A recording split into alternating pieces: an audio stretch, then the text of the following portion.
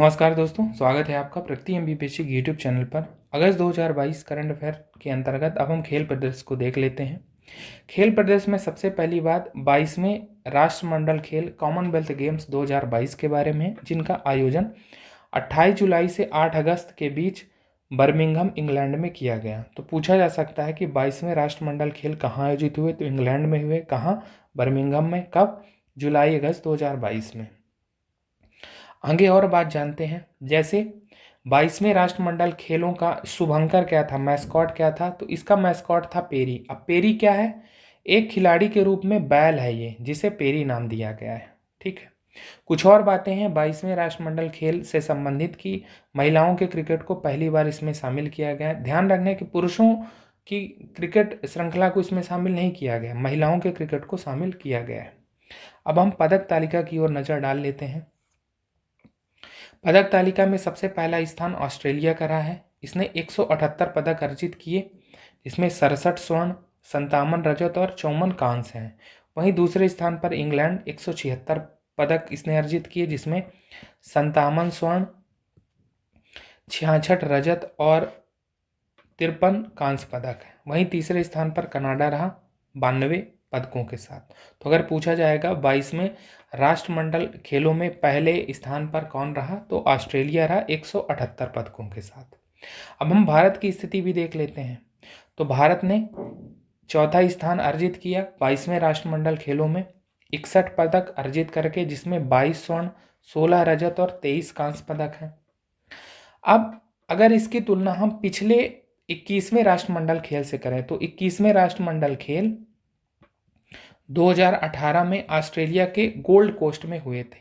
वहां पर भारत ने 66 पदक अर्जित किए थे, जिसमें भारत ने तीसरी रैंक प्राप्त की थी।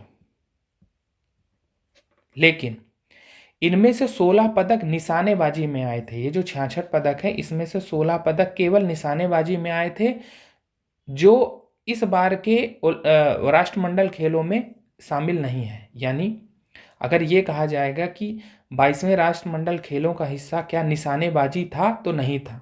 तो ध्यान रखना है कि 22वें राष्ट्रमंडल खेलों में निशानेबाजी को शामिल नहीं किया गया था। उसके बावजूद भारत ने 61 पदक अर्जित किए। तो पिछले राष्ट्रमंडल खेल 21वें, जो कि ऑस्ट्रेलिया के गोल्ड कोस्ट में हुए थे, उसकी तुलना में भारत की बहुत अच्छी परफॉर्मेंस है।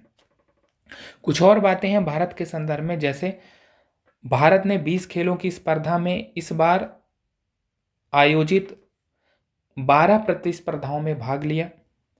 भारतीय दल के प्रमुख कौन थे? राजेश भंडारी जी, जो कि भारतीय मुक्केबाजी संघ के उपाध्यक्ष रहे हैं। अगर पूछा जाएगा कि भारतीय दल किसके नेतृत्व में राष्ट्रमंडल खेलों में सम्मिलित हुआ, तो राजेश भंडारी जी के।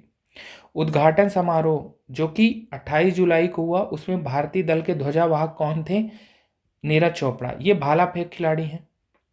फिर समापन समारोह जब 8 अगस्त को हुआ, तो उसमें भारतीय दल के ध्वजवाहक कौन रहे हैं? अचंत शरत कमल, जो कि इस बार के राष्ट्रमंडल खेलों में इन्होंने टेबल टेनिस में स्वर्ण पदक जीता है। वहीं निकाहत जरीन भी थी साथ में, जिन्होंने मुक्केबाजी में स्वर्ण पदक जीता। तो ध्यान रखना है, इनके नाम विगत वर्षों में एमपीपीएससी में यहाँ से प्रश्न पूछे गए हैं कि उद्घाटन समारोह में ध्वजवाहक कौन रहे हैं, समापन समारोह में भारतीय दल के ध्वजवाहक कौन रहे हैं। तो ये बातें ध्यान रखनी है। कुछ और बातें हैं, जैसे कि हमने बात की कि भारत ने 22 स्वर्ण पदक जीते हैं। तो 22 स्वर्ण पदक जो आए हैं, कुश्ती में 6 आए हैं, टेबल टेनिस में 3 पदक आए हैं, भारोत्तोलन में 3 आए हैं, मुक्केबाजी में 3 आए हैं, बैडमिंटन में 3। तो इस प्रकार से रहे। कुछ और बातें हैं, जैसे महिला हॉकी में कांस्य पदक भारत ने जीता, पुरुष हॉकी में रजत पदक भारत ने जीता। महिला हॉकी का जो स्वर्ण पदक है वो इंग्लैंड ने जीता है। हमने बात की पुरुष हॉकी का रजत पदक भारत ने जीता, तो इसका स्वर्ण पदक ऑस्ट्रेलिया ने जीता। वहीं महिला क्रिकेट जो पहली बार राष्ट्रमंडल खेलों का हिस्सा बने हैं, उसमें भारत ने रजत पदक अर्जित किया, इसमें स्वर्ण पदक विजेता ऑस्ट्रेलिया है। ठीक है। कुछ और बातें जान लेते हैं जो 22वें राष्ट्रमंडल खेलों से संबंधित हैं। जैसे कुछ व्यक्तित्व चर्चा में रहे हैं, जैसे नीरज चोपड़ा, ये भाला फेंक खिलाड़ी हैं। और एक हमने नाम लिया अचंत शरत कमल का, ये टेबल टेनिस खिलाड़ी है और इन्होंने स्वर्ण पदक जीता है, एकल स्पर्धा में भी और मिश्रित युगल स्पर्धा में भी। निकहत जरीन, इन्होंने मुक्केबाजी में स्वर्ण पदक जीता है। कुछ और नाम है, जैसे एक नाम है साथियान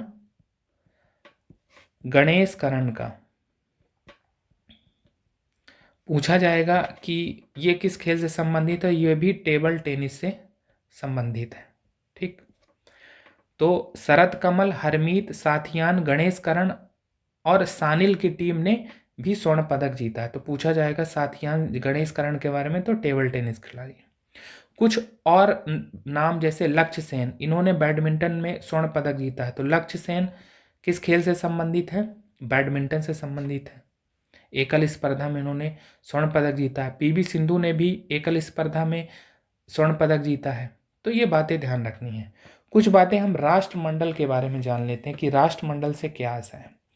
तो राष्ट्रमंडल का आशय, ये ऐसे देश हैं जो पूर्व में ब्रिटेन के उपनिवेश रह चुके हैं। ठीक है, तो राष्ट्रमंडल क्या है,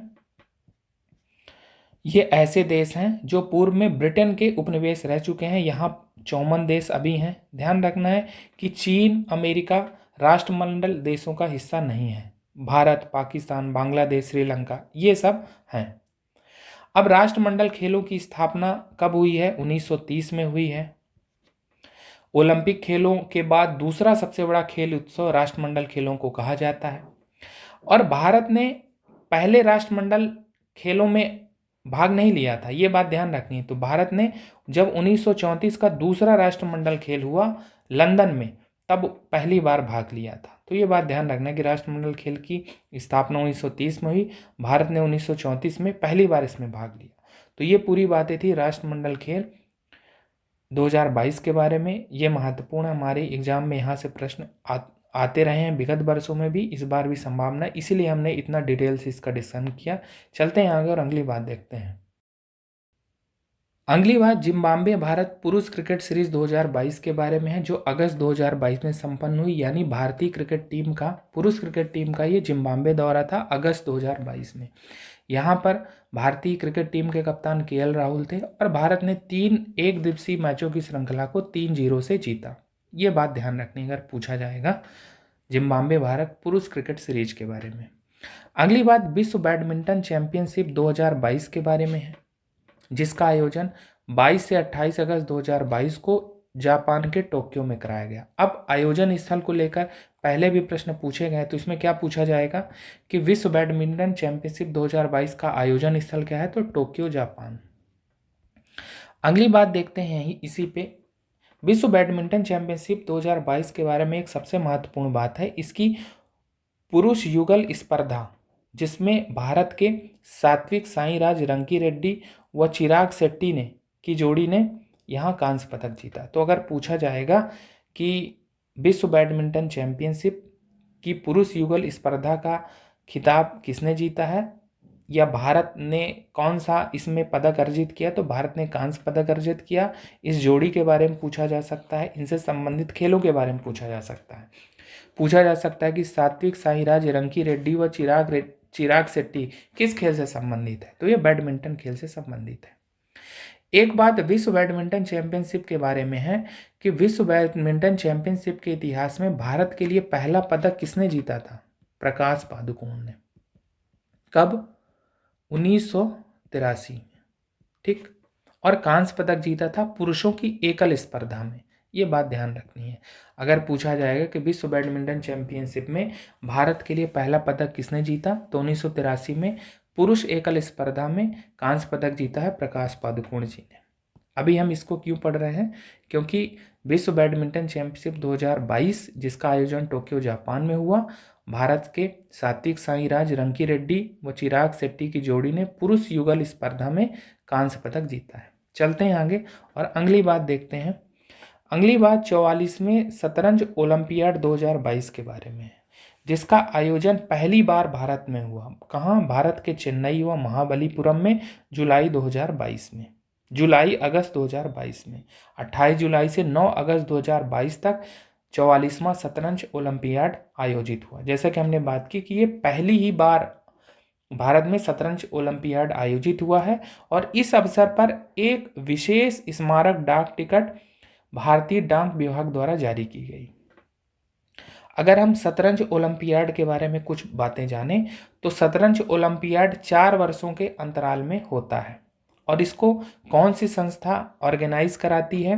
अंतर्राष्ट्रीय शतरंज महासंघ, जिसका फ्रेंच नाम अगर फ्रेंच भाषा में देखें तो इसे फिडे भी बोलते हैं, इसका ये फ्रेंच नाम है, अंतर्राष्ट्रीय शतरंज महासंघ, इंटरनेशनल चेस फेडरेशन।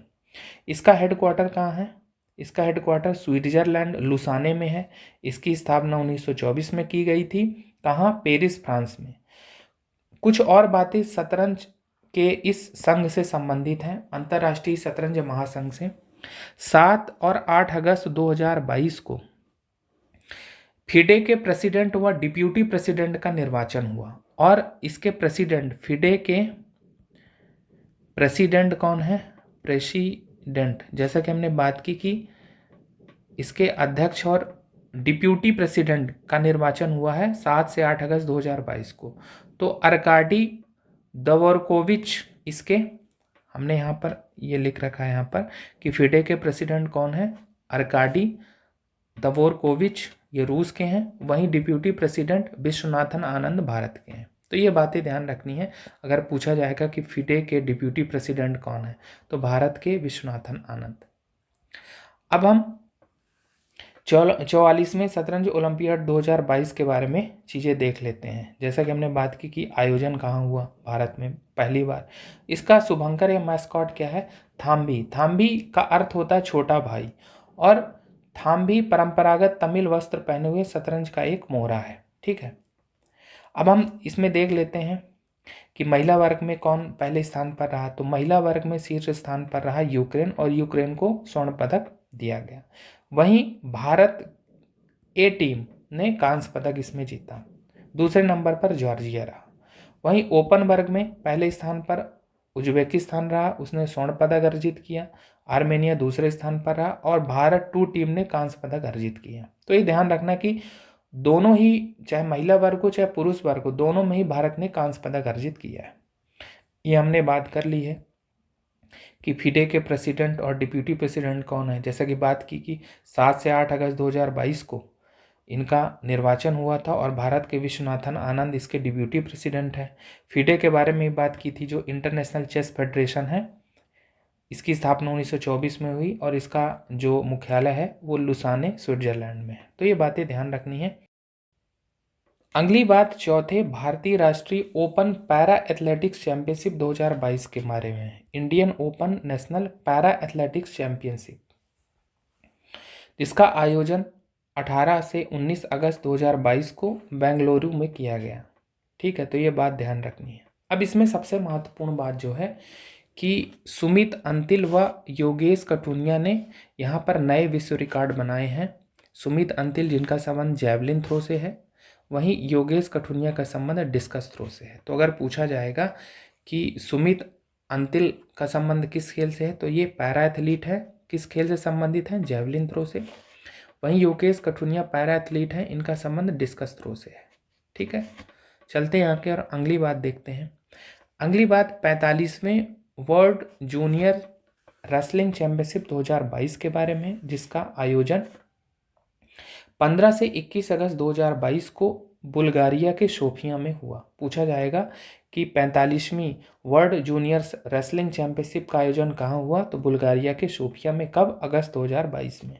अब इसमें सबसे महत्वपूर्ण बात जो है कि भारत की हरियाणा की 17 वर्षीय खिलाड़ी हैं अंतिम पंघाल। इन्होंने 53 किलोग्राम भार वर्ग में स्वर्ण पदक जीता है और ये ऐसा करने वाली पहली भारतीय महिला खिलाड़ी हैं। ये बात ध्यान रखनी है।